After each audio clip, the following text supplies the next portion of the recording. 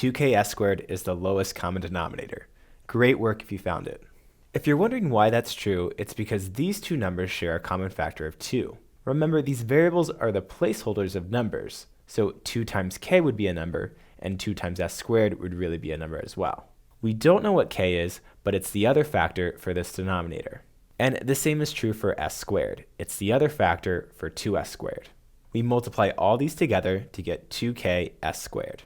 Now I know I did a little bit of reordering in this situation, but we usually list the coefficient or number first.